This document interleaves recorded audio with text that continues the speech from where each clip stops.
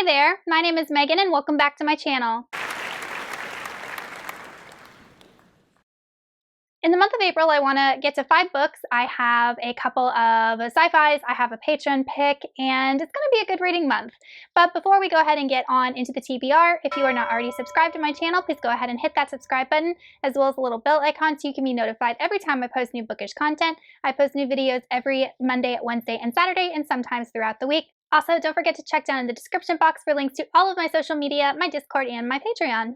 The first book is actually a carryover from March. So every single month, one of my patrons gets to pick a book off of my physical TBR for me to read and review.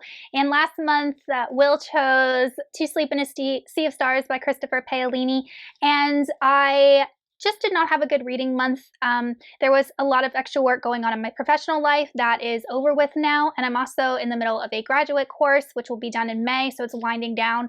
And also April is spring break for me, so I just have a lot of extra time on my hands that I'll be able to finally get to this. But this is an adult science fiction book, and it follows a girl named Kira who basically works for a company that goes to other planets looking to see if they are able to be colonized. And one day she is prospecting on a new planet and comes across a relic and starts to uncover the mystery of this relic, and it just opens up a can of worms with regards to humanity and aliens in the galaxy.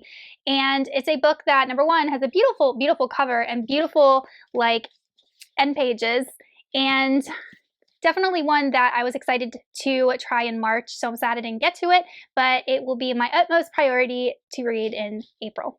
Next we have Nueromancer by William Gibson. This I am reading with Steve over at Steve Talks About Books and Stuff, so make sure that you check out his channel. I will go ahead and link it up in the cards and in the description box.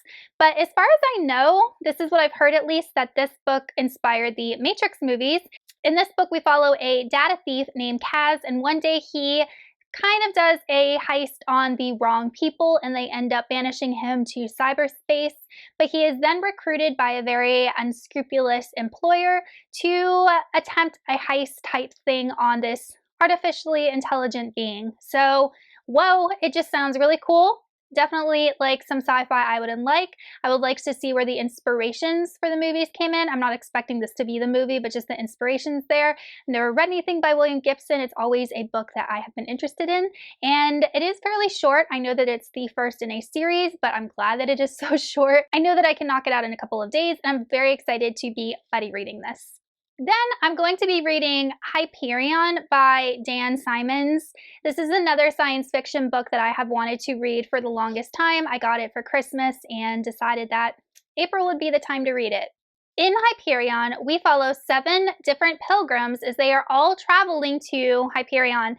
And on this planet, there is something known as a strike, and different people, civilizations view this strike as something different. Some people want to destroy it, some people worship it, but these 7 different pilgrims all have some reason that they are on this pilgrimage, and one of these pilgrims might actually hold the key to humanity's existence.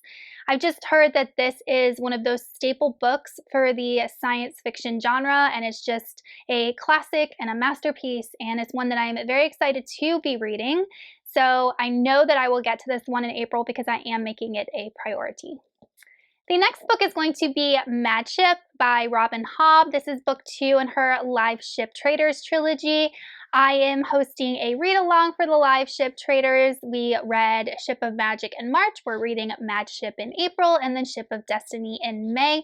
If you are interested in joining along with us, I'll link the announcement video up in the cards and a link to my Discord down below. We would love to have you. But this takes place in the same world as the Farseer trilogy, but it is separate from the Farseer trilogy. We follow a different city, we follow different characters, and it's actually third-person point of view, which I realized after I started reading it because Farseer was first-person point of view.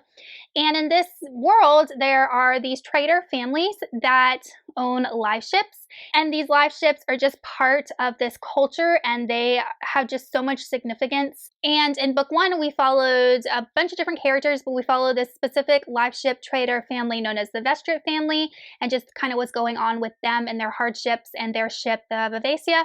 And then we follow a pirate named Kenneth who is coveting a live ship and will do whatever he has to get one for himself. So I absolutely loved book 1. I was hooked from the very beginning. Just the world is just so rich, and I've never read anything about ships being alive, so it was just super, super cool. And I tell you, Robin Hobb can create the most despicable, hateful characters like that. She evokes so much emotion from me when I'm reading with how nasty she makes her characters. Oh my gosh, she's just an awesome, awesome writer when it comes to writing characters. Oh, one of the best. But I'm very excited to be continuing the series in April. And lastly, we have my April patron book pick, and that was Valor. This was picked by Michelle. This is book 2 in the Faithfull and the Fallen quartet by John Gwynne, which is an adult high fantasy. I read Malice in February, I believe. I did a full review of it, as well as a live show with Kisty Reads and Chase's Bookish Thoughts. So I'll link both of those in the cards as well as the description box. I am really interested to see where book 2 goes because I've heard people tell me that they are really hooked at book 2, and just the way that book 1 ended really set up for an interesting continuation of the series. But the main character in this series is Corbin, and Corbin was kind of like a young teenager who was trying to become a man in his village, and he was bullied and things like that, and he eventually learns how to fight. And there's a lot of political maneuverings going on with the different kingdoms. We have an antagonist who's intent on uniting all of these kingdoms to make this one big empire, and you know that that's going to be a big thing going forward.